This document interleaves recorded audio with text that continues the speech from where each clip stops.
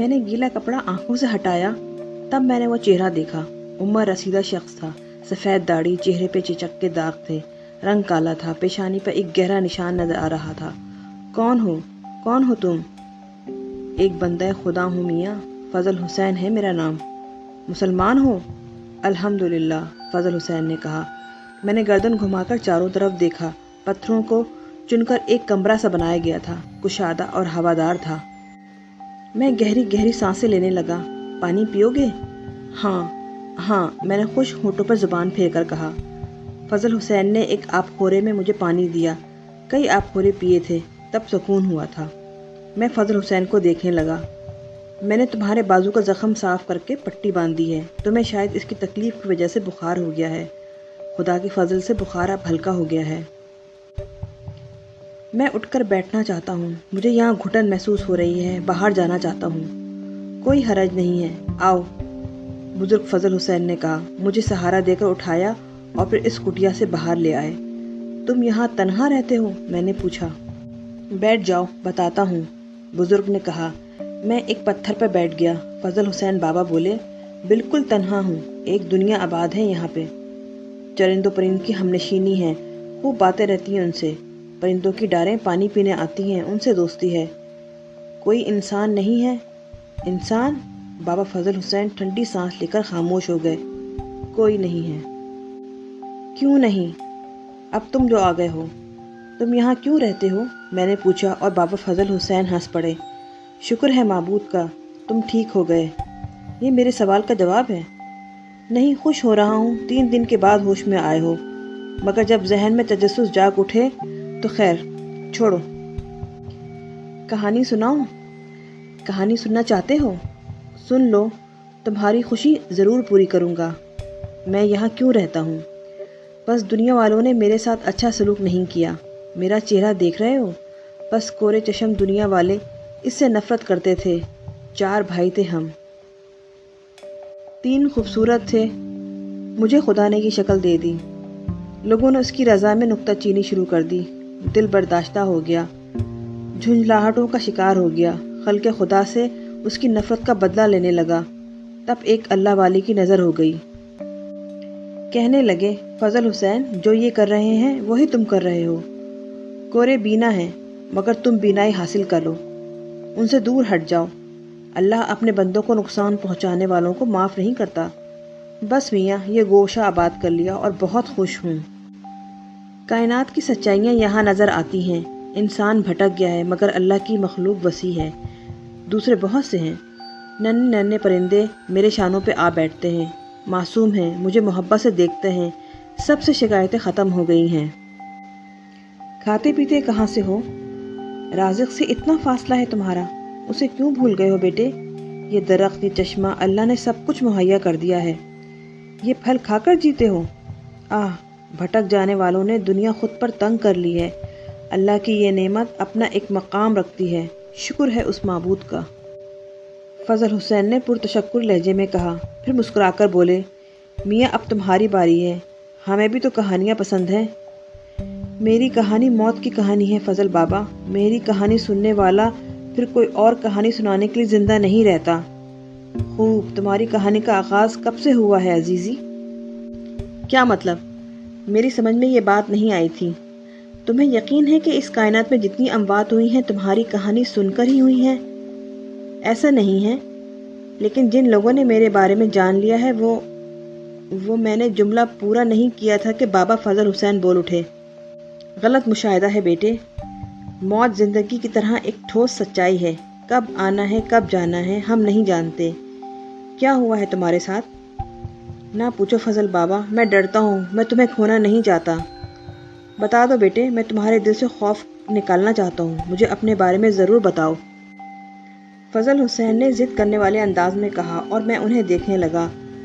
پھر میں نے اول سے لے کے آخر تک ساری باتیں انہیں بتا دیں۔ وہ خاموشی سے سنتے رہے، دیر تک آنکھیں بند کیے بیٹھے رہے، پھر بولے، اس کے باوجود اپنی خوش بختی سے منحرف ہو؟ خوش بختی؟ ہاں بیٹے، ان مشکلات کے باوجود زندگی کی نعمت حاصل ہے تمہیں۔ ایمان کی دولت نہیں چھنی ہے تم سے۔ ایک لمحے میں ایمان جاتا ہے اور کچھ نہیں رہ جاتا۔ اپنے ایمان کے محافظ تم نہیں ہو، باخدا تمہارے ایمان کی حفاظت کی گئی ہے، ورنہ ایک لمحہ درکار ہوتا ہے، صرف ایک لمحہ۔ یقیناً کچھ ذمہ داریاں تم سے منسوب کی گئی ہیں، کوئی کام کرنا ہے تمہیں، ضرور کوئی کام کرنا ہے۔ ایک سوال کروں بیٹے تم سے؟ ضرور۔ اسپتال میں تھے، کوڑی ہو گئے تھے، نماز شروع کر دی تھی، سلیم کے کہنے سے کر دی تھی نا؟ ہاں۔ چھوڑ دی؟ ہاں، وہ بس حالات میں آپ کو بتا چکا ہوں، میں نے کسی قدر حیرانگی سے کہا۔ حالات؟ نہیں بیٹے، جو حالات تم نے سنائے ہیں ان میں سے ایسا کوئی مقام نہیں آتا جہاں تمہیں نماز پڑھنے میں دقت ہو۔ دراصل تم نے غور نہیں کیا، سوچا نہیں، ورنہ تم خود مجھے بتا رہے تھے کہ سکون کا آغاز کہاں سے ہوا۔ تمہیں نماز نہیں چھوڑنی چاہیے تھی۔ آنکھوں کے سامنے سے پردہ سا ہٹ گیا تھا، گزرے ہوئے واقعات یاد آئے تو احساس ہوا کہ وہ لمحات واقعی بہتری کے آغاز کے تھے۔ حالانکہ میں نے فضل حسین بابا کو اتنی تفصیل سے واقعات نہیں سنائے تھے، ہاں بس سرسری طور پہ ان کے بارے میں بتایا تھا۔ میں سوچتا رہا۔ فضل بابا بولے، تاہم وقت ہے، جو ہو گیا سو ہو گیا، جو کل نہ کیا آج صحیح، ابھی سے صحیح۔ بازو کے زخم پر پٹی باندھ دی ہے، جاؤ اس نیت سے چشمے پر غسل کراؤ، جاؤ بیٹے، اب تم بالکل ٹھیک ہو۔ میں اٹھ گیا، چشمے پر جا کر غسل کیا اور پھر فضل حسین کے پاس آ کر بیٹھ گیا۔ بھوک لگی ہے؟ ابھی نہیں۔ چلو دو زانو بیٹھ جاؤ، آنکھیں بند کرو، سانس کو ناک سے کھینچو اور سانس کی آواز میں کہو اللہ اللہ، دیکھو اس طرح۔ بابا فضل حسین خود دو زانو بیٹھ گئے اور پھر ان کا سانس چلنے لگا۔ اللہ اللہ، فضا میں ساز بجنے لگے، ذہن سحر میں ڈوب گیا، چاروں طرف سے ایک ہی آواز آ رہی تھی، اللہ اللہ، کہ نہ جانے کب میرا سینہ بھی چلنے لگا۔ میں سانس کھینچ رہا تھا، اللہ کو پکار رہا تھا، اور ایک بے خودی سی طاری ہو گئی تھی۔ یہ آواز میرے وجود میں طرب بن گئی تھی، کچھ ہوش میں نہ رہا تھا، یہاں تک کہ بابا فضل حسین نے تھپکی دی، مغرب کا وقت ہو گیا ہے، چلو نماز پڑھیں۔ میں آنکھیں کھول کر حیران نگاہوں سے انہیں دیکھنے لگا۔ کیا میں سو گیا تھا؟ نہیں، جاگ رہے تھے، جو جاگتا ہے وہی پاتا ہے۔ وضو کر آؤ۔ ہم دونوں نے نماز پڑھی، اس کے بعد کچھ دیر دم کشی کی۔ فضل بابا نے اس عمل کا یہی نام بتایا تھا۔ عشاء کی نماز پڑھی، اس کے بعد ان درختوں کے پاس پہنچ گئے۔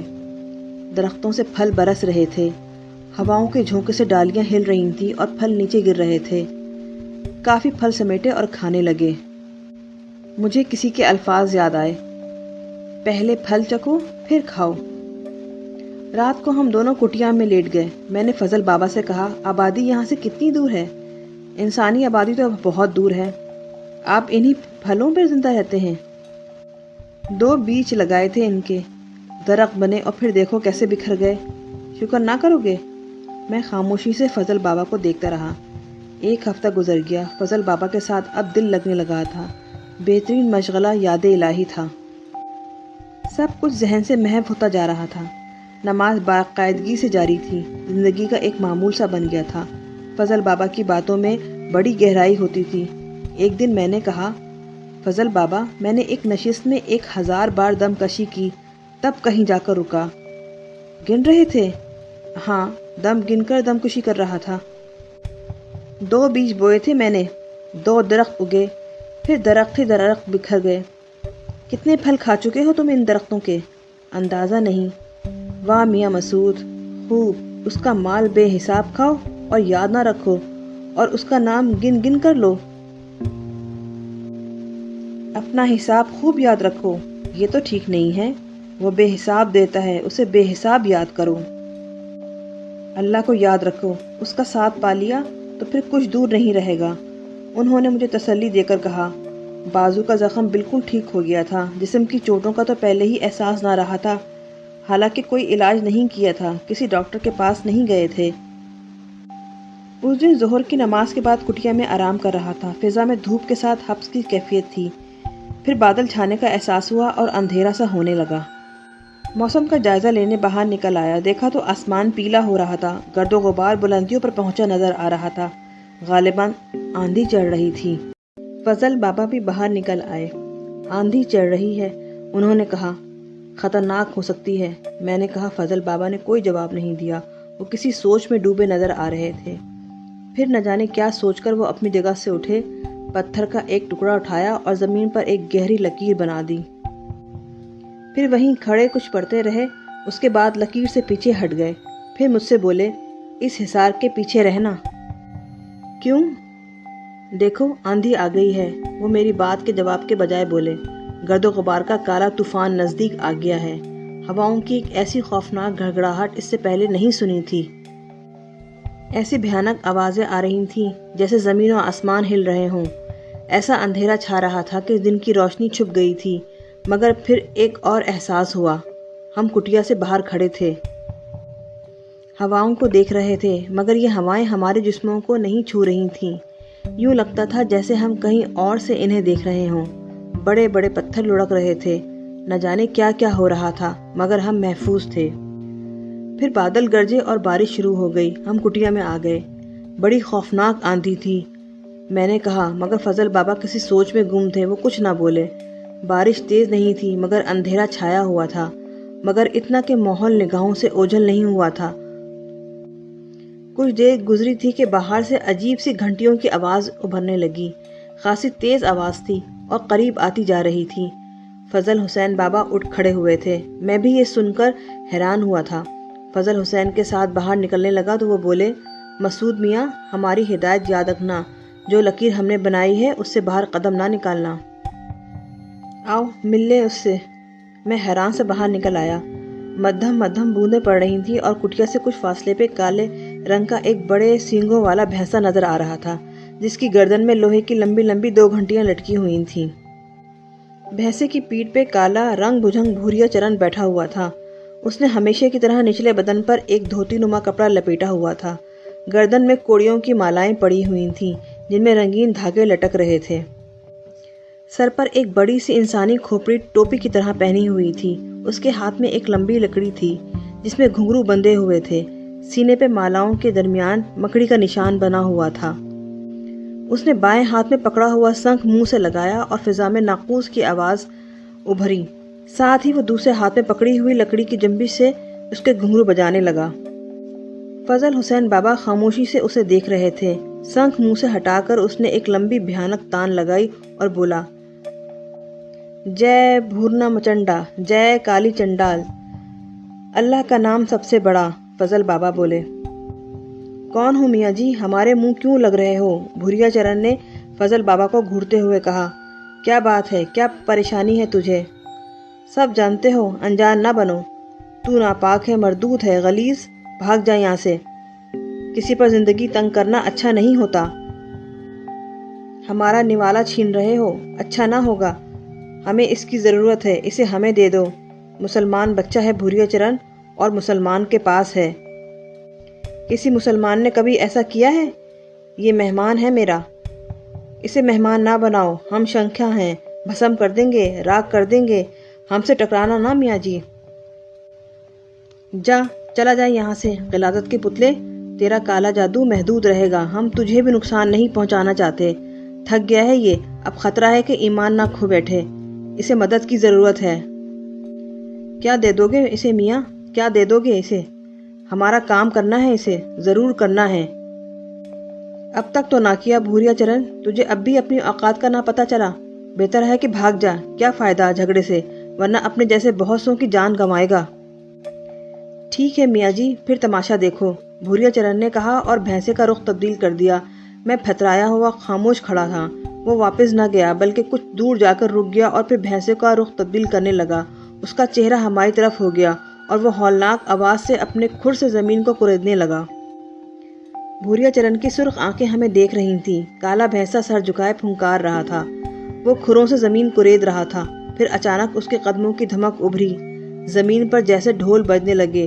فاصلہ زیادہ نہیں تھا، اس لیے چند چھلانگوں میں وہ ہمارے قریب پہنچ گیا۔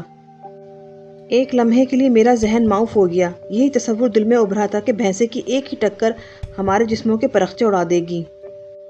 پلک جھپکنے کا کھیل تھا اور پلک جھپکتے ہی سب کچھ ہو گیا تھا۔